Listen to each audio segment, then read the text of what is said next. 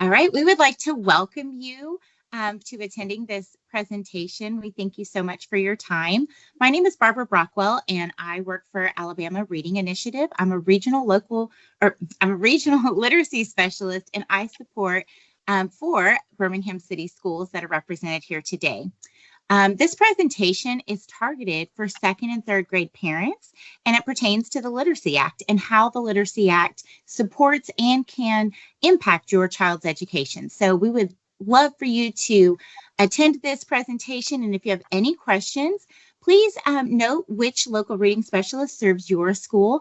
And if you have any questions, you can always direct those questions to the local reading specialist or your child's classroom teacher. Thank you. All right, ladies, you guys can go ahead and introduce yourselves. Hello, I'm Tamara Osborne. I'm the local reading specialist at WJ Christian K-8 School. Good afternoon. I'm Alexandria Thompson, the local reading specialist at Phillips Academy K-8. Hello, my name is Kimberly Slater. I'm the local reading specialist at Robinson Elementary School. And hello, my name is Mawusi Coleman, and I am the local reading specialist at Inglenook K-8.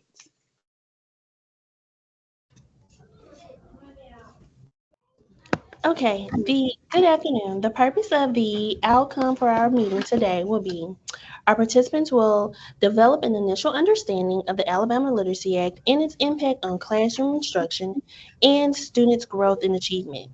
We will set goals for at-home literacy support and ways just to support your students throughout the school year. By scanning this QR code, you are signing in to our Google Doc and making sure that you click on Region 5 and select Birmingham City Schools.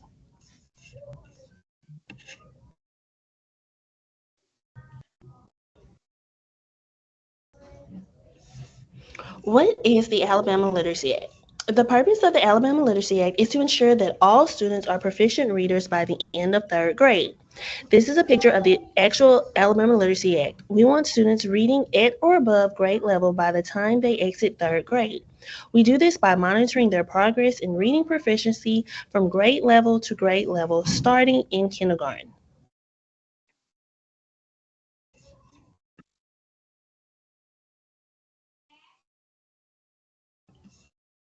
Curriculum and standards. Standards focus, these are the ELA standards that support essential learning to improve reading proficiency in accordance to the Alabama Literacy Act. Standards focus on foundational skills needed to support literacy development. Development of the standards was guided by the science of reading. The science of reading is a body of research from thousands of studies which have revealed how we learn to read, what goes wrong when students don't learn, and what kind of instruction is most likely to work best for most students.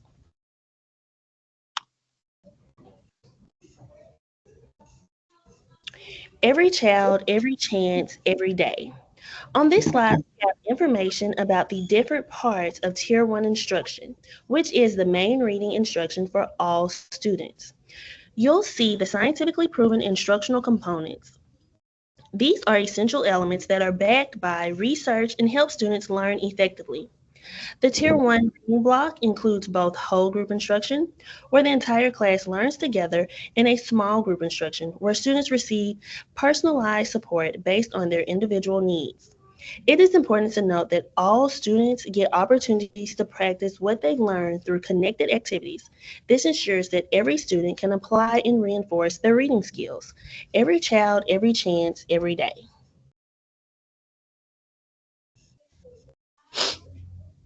Okay, intervention requirements. One way we can meet these intervention requirements is through Tier 2 instruction.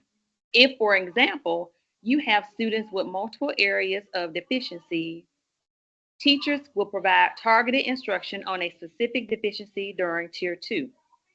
This is a great way to bring in additional multisensory strategies. Reference your parents' resource handout for activities that can be used at home as you practice foundational reading skills with your student at home. Here are some multisensory strategies that you can use. For letter naming fluency deficiencies, you can work with the alphabet art. For letter word sound fluency deficiencies. If you need accuracy, work with letter sound correspondence, tactile experiences such as sand trays, finger paints. The child can write a letter as he or she says the sound aloud. Nonsense word deficiencies, you can work with blending, blending boards, blending lines. Simply drilled nonsense words will not correct the foundational issue and is not a best practice for instruction. Word reading deficiencies, if accuracy, you can work with strategies for decoding non-phonetic patterns such as hard words strategies, explicit instructions, phoneme grapheme mapping. If fluency, practice the RAND activity using high frequency words. For oral reading fluency deficiencies, you can use explicit phonics instruction with additional multisensory elements. If fluency, you can use explicit fluency instruction, phrasing, expressions, prosody. Vocabulary deficiencies, you can use vocabulary preloading for the upcoming lesson, semantic mapping activities, letters, vocabulary strategies, and comprehension deficiencies. You can use explicit comprehension skill lessons, oral language building activities, which are read alouds, graphic organizers, or writing activities.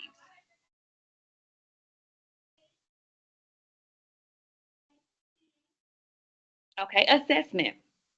The Alabama Literacy Act includes information specifically pertaining to assessing literacy. Students are screened at a minimum of 3 times a year, the beginning of the year, the middle of the year, and the end of the year. The screening data guides the instruction in the classroom. So if we look at the first bullet, screening and the diagnostic information for monitoring student progress, measure phonological awareness, hearing the sounds, the alphabetic principle, letter sound knowledge, decoding, letter word recognition, encoding, which is spelling, accuracy, vocabulary, and comprehension. Help to identify students who have a reading deficiencies, including identifying students with characteristics of dyslexia.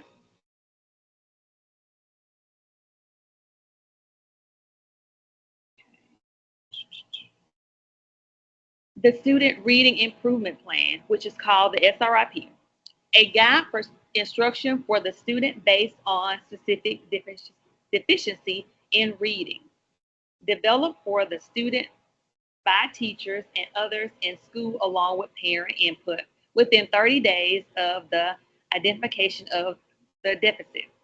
Parents are notified monthly of progress. Intervention instruction is evidence-based reading intervention, and the student will receive intense intervention until the student no longer has a deficiency in reading.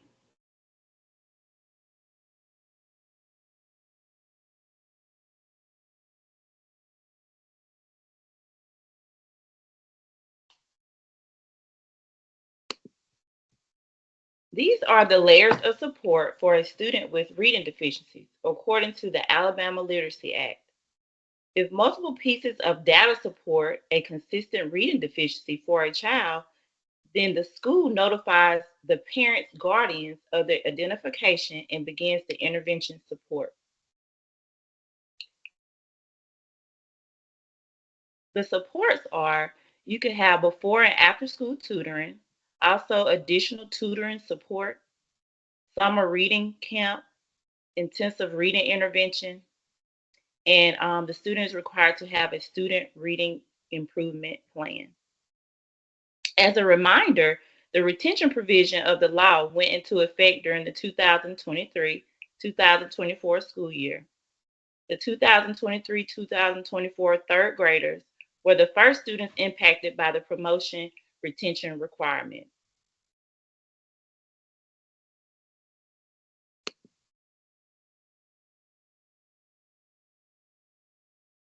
Alabama Summer Achievement Program is for all K through third grade students in public elementary schools that are among the lowest performing 5% in reading. High quality summer reading camps at elementary schools that are not among the lowest 5% performing elementary schools. All K through third grade students identified with a reading deficiency or the characteristics of dyslexia.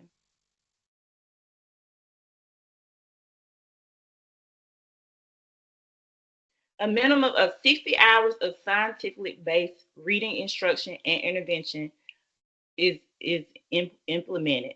May be held in conjunction with existing summer programs designated as effective by the state superintendent. Highly quality instruction with assessments administered at the beginning and end of the summer camp to measure progress.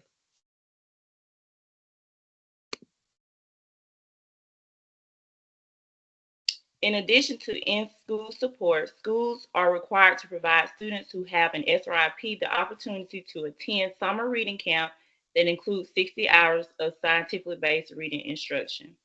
Highly infected teachers will provide this instruction and use scientifically based instruction and interventions. Students' progress will be measured before, during, and at the end of the summer reading program.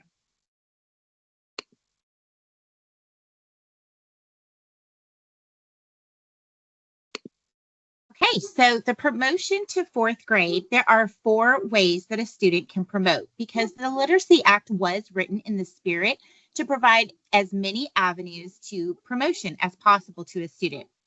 So the first is if they score above the lowest achievement level on the ACAP reading subtest in the spring. That's on their ACAP assessment. The second way they can promote on to fourth grade is if they earn an acceptable score for the ACAP supplemental assessment that would be provided as an opportunity to be taken over the summer during summer reading camp, as Ms. Slater just talked about. The third way is your third grade teachers will be compiling student evidence to show the master of grade 3 essential reading standards in the student reading portfolio. And the fourth way is if your student meets one of the good cause exemptions. So as you can see, there are more pathways for your child to promote than to be retained. So you ask what a good cause exemption might be. There are a few things. One is if a student is identified as an English language learner and has received less than 3 years of instruction in English as a second language, then they qualify as a good cause exemption. The second is if your student is has a disability and has a IEP, an individual education plan, or a Section 504 plan that reflects that the student has received intensive reading intervention for more than 2 years and who still demonstrates a deficiency in reading or was previously retained in kindergarten, first grade, second grade, or third grade. And the third good cause exemption is if your student has received intensive reading intervention for 2 or more years and still demonstrates a deficiency in reading and who was previously retained in kinder, first, second, for a total of 2 years. Now make note that no child shall be retained for more than 1 year in third grade, meaning if they were retained this year, they will not be retained again next year.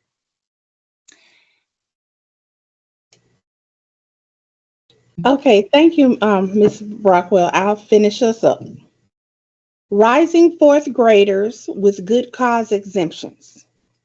A student who is promoted to fourth grade with good cause exemption shall continue to receive intensive reading intervention that includes specific reading strategies prescribed in the individual reading improvement plan of the student until the deficiency is improved. So, students who are promoted to fourth grade through a good cause exemption will continue to receive targeted support in their area of reading deficiency.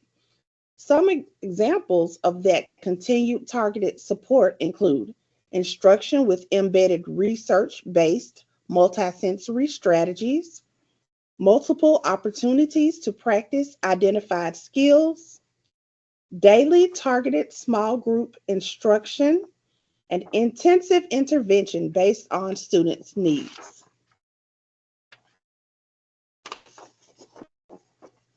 Reading specialist. The local reading specialist at your school is available to coach and mentor teachers and students' growth in your schools.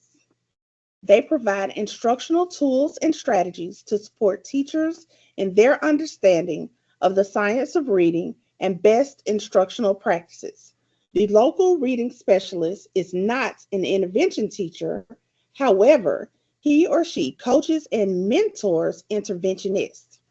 And they do this by modeling instructional strategies, facilitating learning opportunities, coaching and mentoring, sharing resources for community support, monitoring student progress, and analyzing data.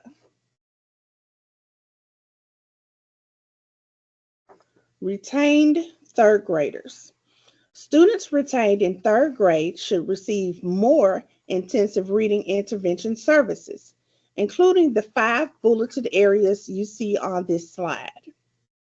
How will schools help students who are retained in third grade because the students do not meet the promotion requirement?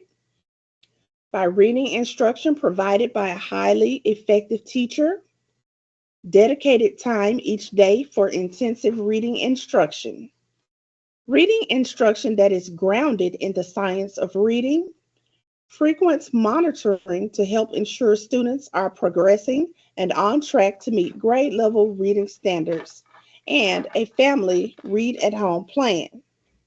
The Alabama State Department of Education has created resources for parents.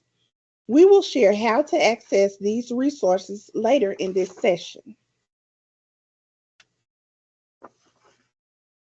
Frequently asked questions. What is the Alabama Literacy Act?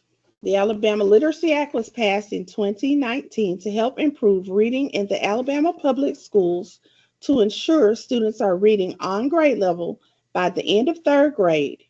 Reading is the gateway to lifelong achievement, and the students of Alabama deserve a strong start on their path to success. Parent resources. As mentioned previously, the resources provided, you may scan the QR codes for Universal Literacy Screeners as a tool for families video 2024, ACAP Summative Assessment for Families January 2024, the Alabama Reading Initiative presents phonemic awareness, family engagement information, and ideas. The Alabama Reading Initiative presents phonics, family engagement information, and ideas. And there are also additional YouTube video clips.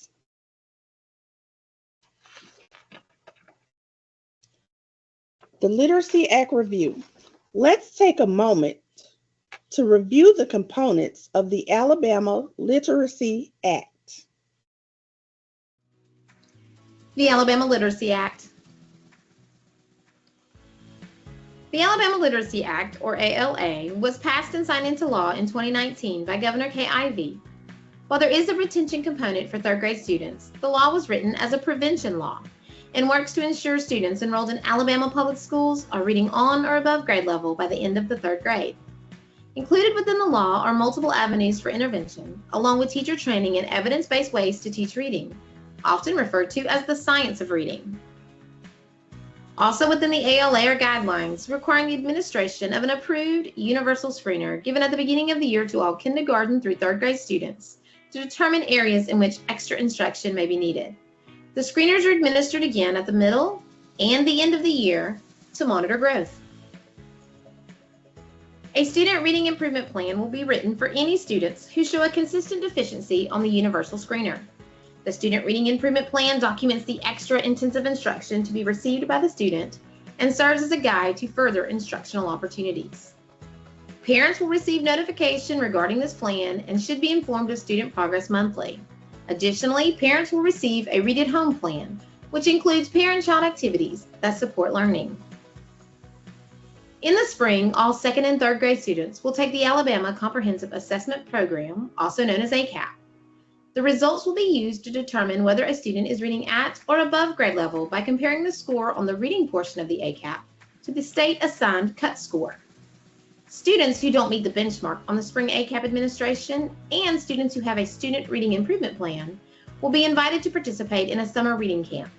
Third grade students can take the ACAP supplemental reading assessment given at the end of reading camp to try and meet the benchmark. Additionally, a Literacy Act portfolio, or LAP, which contains evidence pieces that demonstrate knowledge of identified essential standards, may be created.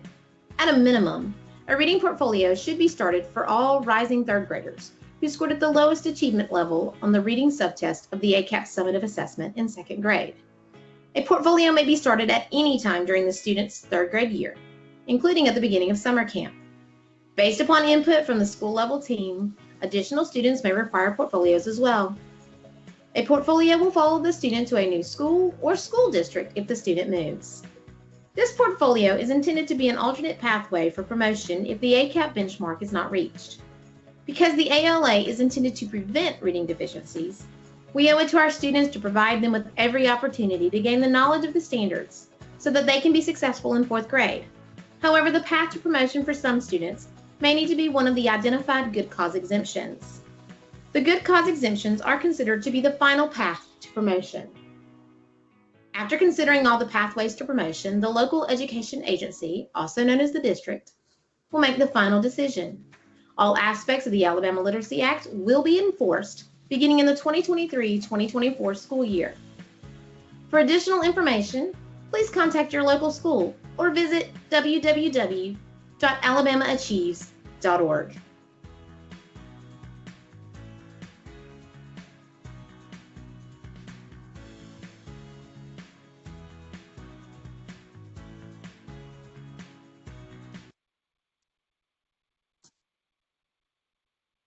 All right, let's revisit some of these outcomes. We hope, as participants in this presentation, that you have developed an initial understanding of the Alabama Literacy Act and its impact on classroom instruction, as well as your students' growth and achievement. We also hope that it's helped you to set goals for at-home literacy support. If you didn't get an opportunity at the beginning of this presentation to access this QR code, if you could please take a moment now to access this QR code or log in at the website or the link above, that would be great. And fill out the form. Again, we are in Region 5 UAB, and please use your child's school so that the schools can see how many of their parents were able to view this presentation. We want to thank you so much for taking the time to watch this presentation, and we look forward to being a partner with you and your child and your classroom teacher to ensure your child's educational success. May you have a great day. Thank you.